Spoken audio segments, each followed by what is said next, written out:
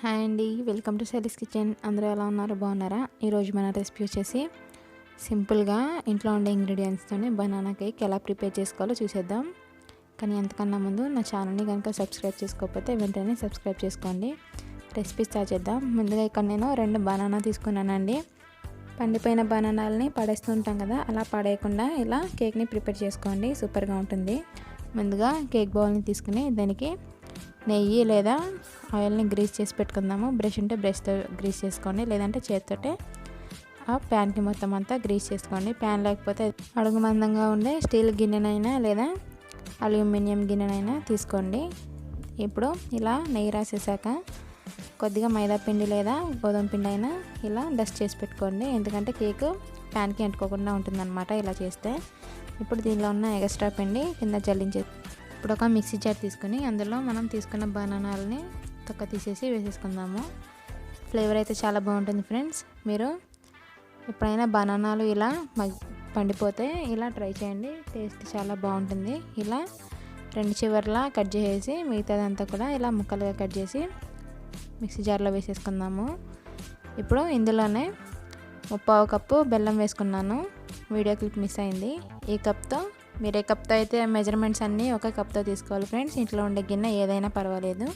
అలా 1/4 కప్పు బెల్లం తీసుకున్నాను. అదే కప్తో 1/2 కప్పు సన్ఫ్లవర్ ఆయిల్ తీసుకున్నాను. పల్లి నూనె మాత్రం యూస్ చేయకండి ఫ్రెండ్స్, ఫ్లేవర్ మారిపోతుంది. మంచి ఫ్లేవర్ కోసం 2 యాలకులను కూడా వేసి దీన్ని మెత్తగా ఇలా గ్రైండ్ చేసుకోవాలి. మీరు షుగర్ యూస్ చేయాలనుకుంటే 1/2 కప్ తీసుకోండి, సరిపోతుంది.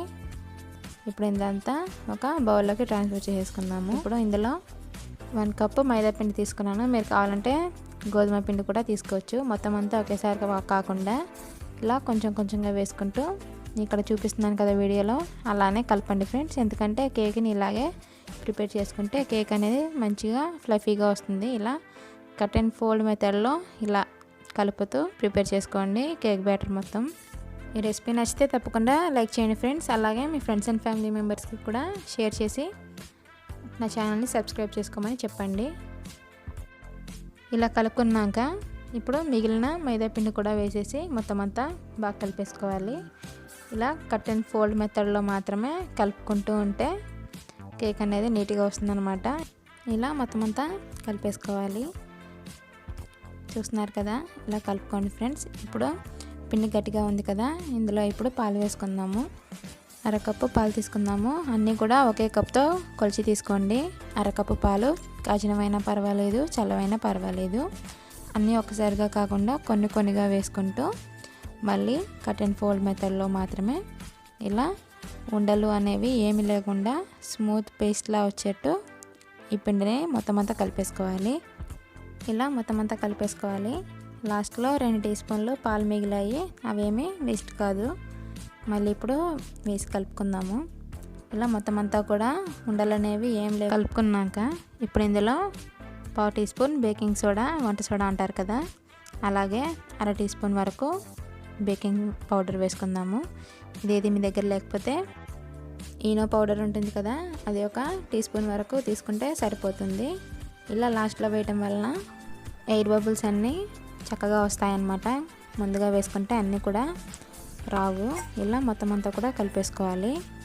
ఇలా నేను చెప్పిన టిప్స్తో కేక్ ప్రిపేర్ చేయండి ఫ్రెండ్స్, మీ అందరికీ తప్పకుండా నచ్చుతుంది. పర్ఫెక్ట్గా కేక్ అనేది వస్తుందన్నమాట. ఇలా హనీ జారినట్టు జారుతుందన్నమాట కేక్ బ్యాటర్ అనేది, అప్పుడు మనకు తెలిసిపోతుంది. ఇప్పుడు దీన్ని మొత్తం అంతా మనం ముందుగా రెడీ చేసి పెట్టుకున్న కేక్ మౌల్డ్లోకి ట్రాన్స్ఫర్ చేసేసుకుందాము. బేకింగ్ పౌడర్, బేకింగ్ సోడా వేసాక ఎక్కువ కలపకండి ఫ్రెండ్స్, ఎందుకంటే చూసారు కదా బబుల్స్ అనేవి ఎలా వస్తున్నాయో.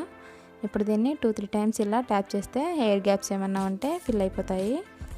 ఇప్పుడు దీనిపైన నా దగ్గర చాకో చిప్స్ ఉన్నాయండి, మీ దగ్గర ఉంటే వేసుకోండి, లేకపోతే ఇలానే బేకింగ్ చేసేసుకోవచ్చు.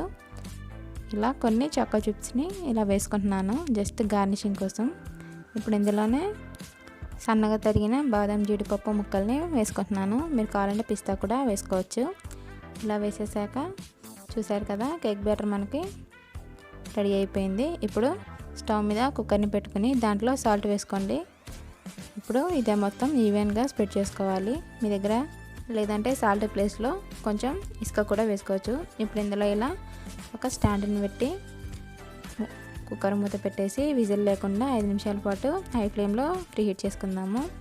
ఇప్పుడు 5 నిమిషాల తర్వాత మనం ముందుగా రెడీ చేసి పెట్టుకున్న కేక్ని ఇలా కుక్కర్ అంచులకి అంటుకోకుండా ఏ గిన్నెనైనా మీరు యూస్ చేయొచ్చు ఫ్రెండ్స్. అంచులకి అంటకుండా మాత్రం చూసుకోండి. ఇప్పుడు దీన్ని మూత పెట్టేసి 30 నిమిషాల పాటు మీడియం టు లో ఫ్లేమ్లో పెట్టి కేక్ని బేక్ చేసుకుందాము.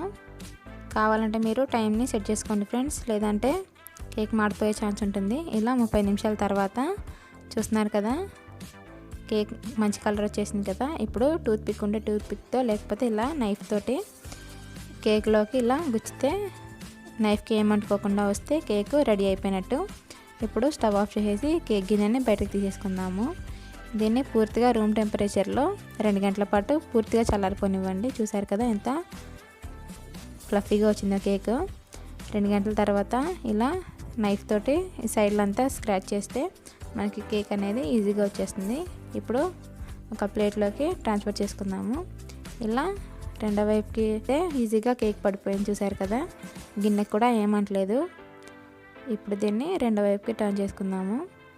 చూసారు కదా ఫ్రెండ్స్, కేకు ఎంత సింపుల్గా ఎంత ఈజీగా ఉందో. మన ఇంట్లో ఉండే ఇంగ్రీడియంట్స్తోనే మంచి కలర్ఫుల్ కేక్ రెడీ అయిపోయింది కదా. బయట కొనుక్కునే పని లేకుండా ఇంట్లో పిల్లలు ఉన్న వాళ్ళు ఇలా కేక్ ప్రిపేర్ చేసి పెట్టండి, ఖచ్చితంగా ఇష్టంగా తింటారు. ఇలా కట్ చేసేసి సర్వ్ చేసుకోవటమే, అంతే ఫ్రెండ్స్. చూసారు కదా ఎంత ఫ్లఫీగా ఉందో. చూసారు కదా, ఈనో వేసినా కూడా ఎంత స్పాంజీగా వస్తుంది కేక్. ఈ రెసిపీ కనుక మీకు నచ్చితే తప్పకుండా మీరు ట్రై చేయండి. అలాగే మీ ఫ్రెండ్స్ అండ్ ఫ్యామిలీ మెంబర్స్కి షేర్ చేయండి. అలాగే సబ్స్క్రైబ్ చేయని వాళ్ళు వెంటనే సబ్స్క్రైబ్ చేసి పక్కన ఉన్న బెల్ బటన్ని ఆన్లో పెట్టుకొని, దాని ద్వారా నేను పెట్టే ప్రతి వీడియో మీ హోమ్ పేజ్కి వస్తుంది. మీరు ముందుగా నా రెసిపీ చూడొచ్చు. Thanks for watching friends. మరో కొత్త రెసిపీతో కలుద్దాం. అంతవరకు టేక్ కేర్, బాయ్ బాయ్.